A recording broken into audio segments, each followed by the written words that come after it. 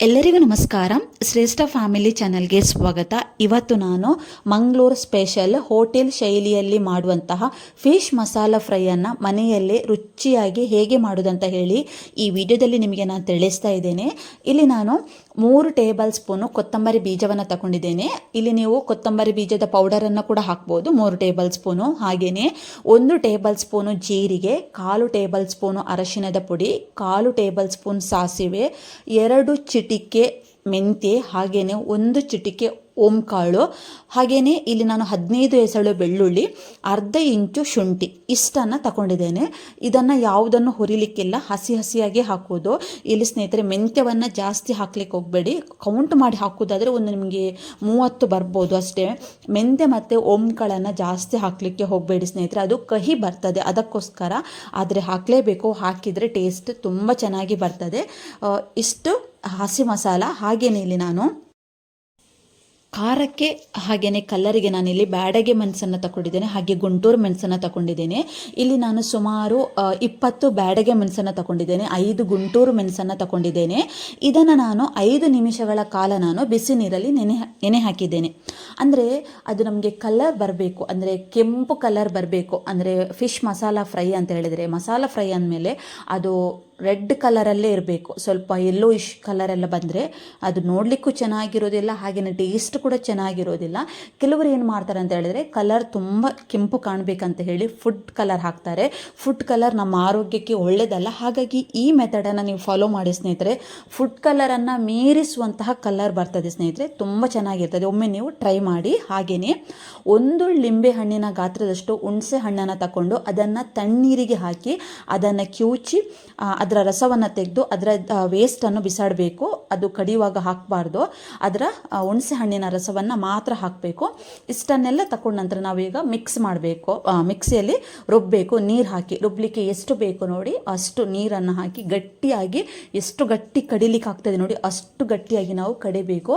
ಇಲ್ಲಿ ನಾನು ಮಿಕ್ಸಿ ಜಾರಿಗೆ ನಾನು ತಗೊಂಡಂತಹ ಮೆಣಸಣ್ಣ, ಹಾಗೆಯೇ ಹುಣಸೆ ಹಣ್ಣಿನ ರಸ, ಹಾಗೆಯೇ ಈ ಹೋಲ್ ಮಸಾಲವನ್ನೆಲ್ಲ ಹಾಕ್ತಾ ಇದ್ದೇನೆ. ಹಾಗೆಯೇ ಸ್ನೇಹಿತರೆ ಇಲ್ಲಿ ರುಚಿಗೆ ತಕ್ಕಷ್ಟು ಉಪ್ಪು ಮಿಕ್ಸಿ ಜಾರಿಗೆ ಹಾಕಿ ನಾನಿಲ್ಲಿ ಕಲ್ಲುಪ್ಪನ್ನು ಹಾಕ್ತಾ ಇದ್ದೇನೆ. ನಿಮಗೆ ಖಾರ ಜಾಸ್ತಿ ಬೇಕು ಅನ್ನೋ ಹಾಗಿದ್ರೆ ಸ್ವಲ್ಪ ಏನು ಗುಂಟೂರು ಮೆಣಸನ್ನು ಜಾಸ್ತಿ ಹಾಕ್ಬೋದು. ಏನು ಖಾರದ ಮೆಣಸಿದೆ ನೋಡಿ ಅದನ್ನು ಜಾಸ್ತಿ ಹಾಕಿ, ಕಲರ್ ಇರುವಂಥದ್ದು ಸ್ವಲ್ಪ ಕಡಿಮೆ ಹಾಕಿ ಸ್ನೇಹಿತರೆ. ಬಟ್ ನಾನು ಫಸ್ಟ್ ಹೇಳಿದಂಥ ಕ್ವಾಂಟಿಟಿಯಲ್ಲಿ ಹಾಕಿದರೆ ಕರೆಕ್ಟ್ ಆದಂತಹ ಮೀಡಿಯಮ್ ಖಾರ ಇರ್ತದೆ ಸ್ನೇಹಿತರೆ.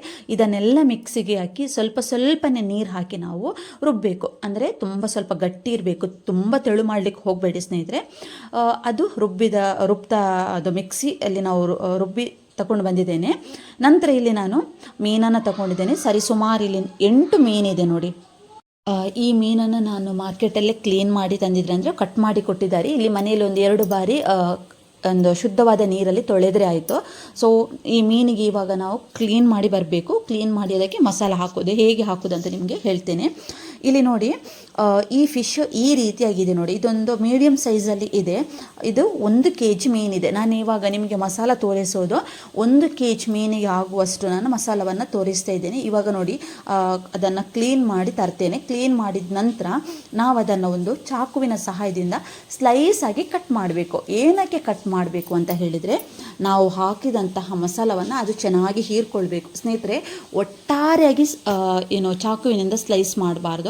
3-4 ಅಥವಾ ಸ್ವಲ್ಪ ದೊಡ್ಡ ಮೀನಾದರೆ 5 ಹಾಕಿ ಮತ್ತೆ ಒತ್ತಿ ಹಾಕಬಾರ್ದು. ಜಸ್ಟ್ ನೀವು ಈಗ ಲೈನ್ ಹಾಕಿದರೆ ಸಾಕು. ಯಾಕಂತ ಹೇಳಿದರೆ ಮೀನು ತುಂಬ ಸಾಫ್ಟ್ ಇರ್ತದೆ. ಮೀನು ತಿಂದವರಿಗೆ ಖಂಡಿತವಾಗಿ ಗೊತ್ತಿರ್ತದೆ. ಹೆಚ್ಚಿನ ಮೀನುಗಳು ತುಂಬ ಸಾಫ್ಟ್ ಇರ್ತದೆ. ನಾವು ಒತ್ತಿ ಕಟ್ ಮಾಡಿದಾಗ ಅದರ ಮುಳ್ಳು ಕೂಡ ಮುರಿಯುವಂಥ ಚಾನ್ಸಸ್ ಇರ್ತದೆ. ಅದಕ್ಕೋಸ್ಕರ ಲೈಟಾಗಿ ಈ ರೀತಿ ನೋಡಿ, ಎಷ್ಟು ಲೈಟಾಗಿ ನಿಮಗೆ ಕಟ್ ಮಾಡಲಿಕ್ಕಾಗ್ತದೆ ಅಷ್ಟು ಲೈಟಾಗಿ ನೀವು ಈ ರೀತಿಯಾಗಿ ಒಂದು ಗೆರೆ ಹಾಕೋದು ಸ್ನೇಹಿತರೆ.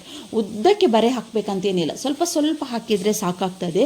ಈ ರೀತಿ ಮಾಡೋದ್ರಿಂದ ನಾವು ಹಾಕಿದಂತಹ ಮಸಾಲೆಗಳು ಮೀನು ಬೇಗ ಹೀರ್ಕೊಳ್ತದೆ.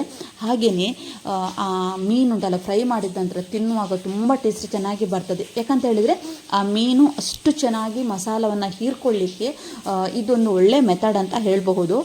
ಕೆಲವು ಹೋಟೆಲ್ಗಳಲ್ಲಿ ಈ ರೀತಿ ಸ್ಲೈಸ್ ಮಾಡ್ತಾರೆ, ಕೆಲವು ಹೋಟೆಲ್ಗಳಲ್ಲಿ ಮಾಡೋದಿಲ್ಲ. ಕಾರಣ ಏನಂತ ಹೇಳಿದರೆ ನಾವಿವಾಗ ಮಸಾಲ ಹಾಕಿದ ನಂತರ ಅದನ್ನೆಲ್ಲ ಮಗುಚಿ ಹಾಕ್ತೇವೆ ನೋಡಿ, ಆವಾಗ ಪುಡಿ ಪುಡಿ ಆಗುವಂಥ ಚಾನ್ಸಸ್ ಇರ್ತದೆ.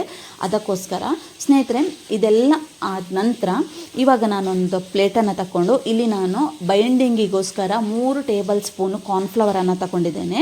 ಹಾಗೆಯೇ ಏನೋ ಈ ಮಿಕ್ಸಿಯಲ್ಲಿ ರುಬ್ಬಿದೆ ನೋಡಿ, ಇಷ್ಟು ತೆಳು ಮಾಡಿದರೆ ಸಾಕು. ನಿಮಗೆ ಎಷ್ಟು ಸಾಧ್ಯ ಇದೆ ನೋಡಿ ಅಷ್ಟು ನೀವು ಫೈನ್ ಪೇಸ್ಟ್ ಮಾಡಬೇಕು. ಯಾವುದೇ ಕಾರಣಕ್ಕೂ ತರಿತರಿಯಾಗಿರಬಾರ್ದು. ತರಿತರಿಯಾದರೆ ಟೇಸ್ಟ್ ಚೆನ್ನಾಗಿ ಬರುವುದಿಲ್ಲ ಸ್ನೇಹಿತರೆ. ನೋಡಿ ಈ ರೀತಿ ನಾವು ಏನು ಕಾರ್ನ್ಫ್ಲವರ್ ಮತ್ತು ಇದನ್ನು ನಾವು ರುಬ್ಬಿದಂತಹ ಮಸಾಲವನ್ನು ಚೆನ್ನಾಗಿ ಮಿಕ್ಸ್ ಮಾಡಬೇಕು. 1 ನಿಮಿಷ ನಾವು ಚೆನ್ನಾಗಿ ಕಲಸಿದರೆ ಸಾಕು. ಇದು ಬೈಂಡಿಂಗಿಗೋಸ್ಕರ ಕಾರ್ನ್ಫ್ಲವರ್ ಹಾಕೋದು.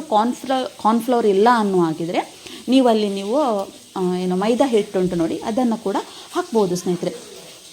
ಆನಂತರ ಎಲ್ಲ ಮಿಕ್ಸ್ ಆದ ನಂತರ ಸ್ವಲ್ಪ ಉಪ್ಪು ಸರಿಯಾಗಿದೆ ಅಂತ ಒಮ್ಮೆ ನೋಡ್ಕೊಳ್ಳಿ.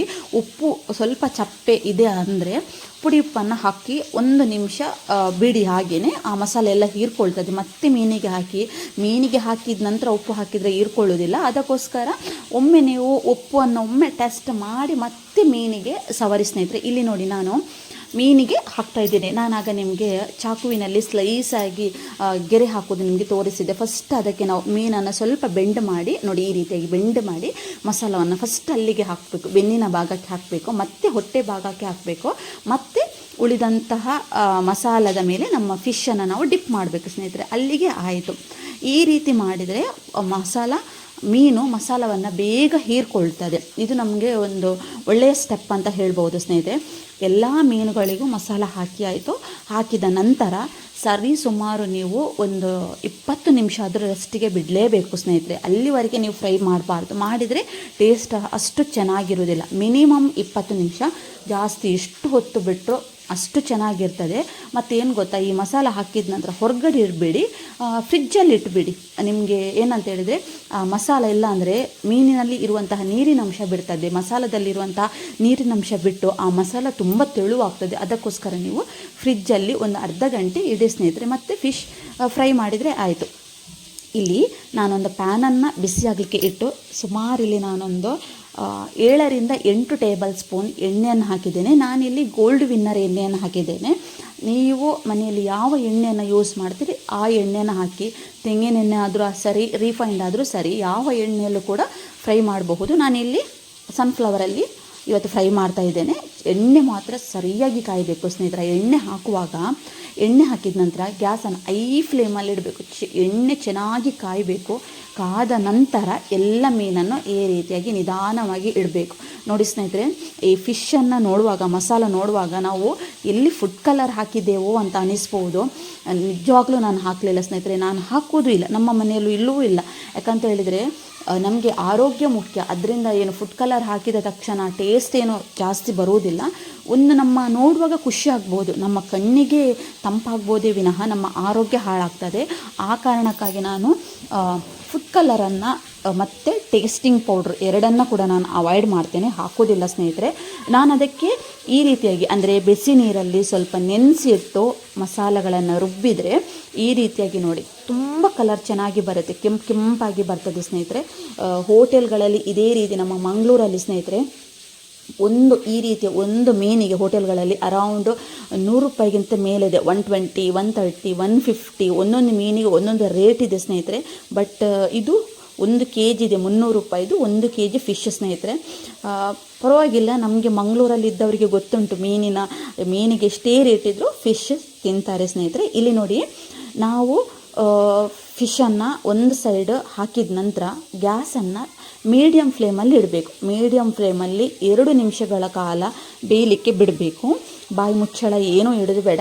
ಈ ರೀತಿಯಾಗಿ ಓಪನ್ ಆಗಿ ಒಂದು ಕಡೆ 2 ನಿಮಿಷ ಬೆಂದ ನಂತರ ಮತ್ತೆ ನೀವು ಸಾಫ್ಟಾಗಿ ಇನ್ನೊಂದು ಭಾಗವನ್ನು, ಅದರ ಹೊಟ್ಟೆ ಭಾಗ ಇನ್ನೊಂದು ಭಾಗ ಉಂಟು ನೋಡಿ, ಅದನ್ನು ಸಾಫ್ಟಾಗಿ ನಿಧಾನವಾಗಿ ತಿರುಗಿ ಹಾಕಬೇಕು ಸ್ನೇಹಿತರೆ. ಮತ್ತೆ ಅದು 2 ನಿಮಿಷ ಬೇಯಬೇಕು.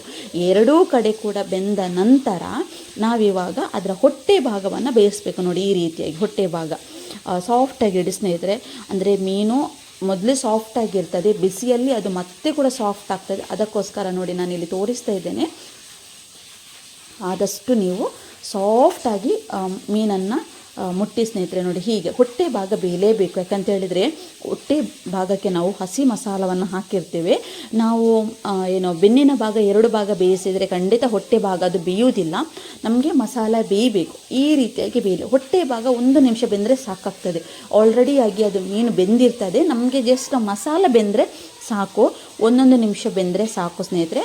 1 ನಿಮಿಷ ಬೆಂದಾದ ನಂತರ ಮೊಟ್ಟೆಯ ಬೆನ್ನಿನ ಭಾಗವನ್ನು ಬೇಯಿಸಬೇಕು. ತಿರ್ಗ ನಾವು ಮೀನನ್ನು ಹಾಕಬೇಕು. ಹೇಗೆ ಬೆನ್ನಿನ ಭಾಗ 2 ಕಡೆ ಕೂಡ ಬೆನ್ನಿನ ಭಾಗ ಮತ್ತು ಹೊಟ್ಟೆಯ ಭಾಗ ಎಲ್ಲ 4 ಸುತ್ತ ಕೂಡ ಅದು ಬೇಯಬೇಕು ಸ್ನೇಹಿತರೆ. ಇಲ್ಲ ಅಂದರೆ ಅದು ಟೇಸ್ಟ್ ಚೆನ್ನಾಗಿ ಬರುವುದಿಲ್ಲ. ಯಾಕಂತ ಹೇಳಿದರೆ ಇದು ಮಸಾಲ ಫ್ರೈ, ಶ್ಯಾಡೋ ಫ್ರೈ ಮಾಡಿರ್ತೀವಿ. ನಾವು ಡೀಪ್ ಫ್ರೈ ಮಾಡೋದಾದರೆ ಈ ರೀತಿ ಮಾಡಲಿಕ್ಕಿಲ್ಲ. ಒಂದು ಭಾಗ ಬೆಂದ ನಂತರ ಇನ್ನೊಂದು ಭಾಗ ಮಗುಚಿ ಹಾಕಿದರೆ ಆಯಿತು, ಮತ್ತು ನಾವು ತೆಗೆಯುವುದು. ಬಟ್ ಇದರಲ್ಲಿ ಹಾಗಲ್ಲ, ನಾವು ನಿಧಾನವಾಗಿ ಸ್ವಲ್ಪ ಪೇಷನ್ಸಿಂದ ಮಾಡಬೇಕು. ಒಂದು ಕಾರಣ ಶ್ಯಾಡೋ ಫ್ರೈ ಮಾಡ್ತಾ ಇದ್ದೇವೆ, ಎಣ್ಣೆ ಕಡಿಮೆ ಹಾಕಿ ನಾವು ಫ್ರೈ ಮಾಡ್ತಾ ಇದ್ದೇವೆ. ಈ ರೀತಿಯಾಗಿ ಮಾಡಿದರೆ ಟೇಸ್ಟ್ ತುಂಬ ಚೆನ್ನಾಗಿ ಬರ್ತದೆ ಸ್ನೇಹಿತರೆ. 4 ಕಡೆ ಕೂಡ ಚೆನ್ನಾಗಿ ಬೆಂದಿರ್ತದೆ. ನಿಮ್ಮ ಮನೆಯಲ್ಲಿ ಒಮ್ಮೆ ಟ್ರೈ ಮಾಡಿ ನೋಡಿ ಹೇಗಿದೆ ಅಂತ ನನಗೆ ಕಮೆಂಟ್ ಬಾಕ್ಸಲ್ಲಿ ತಿಳಿಸಿ ಸ್ನೇಹಿತರೆ. ತುಂಬ ಟೇಸ್ಟ್ ಚೆನ್ನಾಗಿದೆ ಸ್ನೇಹಿತರೆ. ಒಮ್ಮೆ ನೀವು ಟ್ರೈ ಮಾಡಲೇಬೇಕು. ನಿಮ್ಮ ಮನೆಯಲ್ಲಿ ಮೀನು ತಂದಾಗ ಒಮ್ಮೆ ಈ ರೀತಿಯಾಗಿ ಫ್ರೈ ಮಾಡಿ ನೋಡಿ. ಮಸಾಲ ಫ್ರೈ ಇದರ ಜೊತೆ ಬೆಸ್ಟ್ ಕಾಂಬಿನೇಷನ್. ಇದಕ್ಕೆ ಲಿಂಬೆ ಹಣ್ಣು ಇರಬೇಕು, ಸ್ಲೈಸಾಗಿ ಕಟ್ ಮಾಡಿದಂತಹ ಈರುಳ್ಳಿ, ಸಣ್ಣದಾಗಿ ಕಟ್ ಮಾಡಿದಂತಹ ಲಿಂಬೆಹಣ್ಣು. ಇದೆಲ್ಲ ಬೆಂದ ನಂತರ ನಾವು ಊಟ ಮಾಡುವಾಗ ಇದರ ಮೇಲೆ ಸಣ್ಣದಾಗಿ 1 ಲಿಂಬೆಹಣ್ಣನ್ನು 8 ಭಾಗ ತುಂಡು ಮಾಡಿ ಅದರಲ್ಲಿ 1 ಭಾಗ ಈ ಮೀನಿಗೆ ಹಿಂಡಬೇಕು. ನಂತರ ಈರುಳ್ಳಿಗೂ 1 ಭಾಗ ಲಿಂಬೆಹಣ್ಣನ್ನು ಹಿಂಡಬೇಕು ಸ್ನೇಹಿತರೆ. ಅದರ ಜೊತೆ ತಿನ್ನಬೇಕು. ಟೇಸ್ಟ್ ಅಂತೂ ಕೇಳೋದೇ ಬೇಡ, ತುಂಬ ಟೇಸ್ಟ್ ಚೆನ್ನಾಗಿರುತ್ತೆ. ಒಮ್ಮೆ ನಿಮ್ಮ ಮನೆಯಲ್ಲಿ ಟ್ರೈ ಮಾಡಿ ಹೇಗಿದೆ ಅಂತ ನನಗೆ ಕಮೆಂಟ್ ಬಾಕ್ಸಲ್ಲಿ ತಿಳಿಸಿ.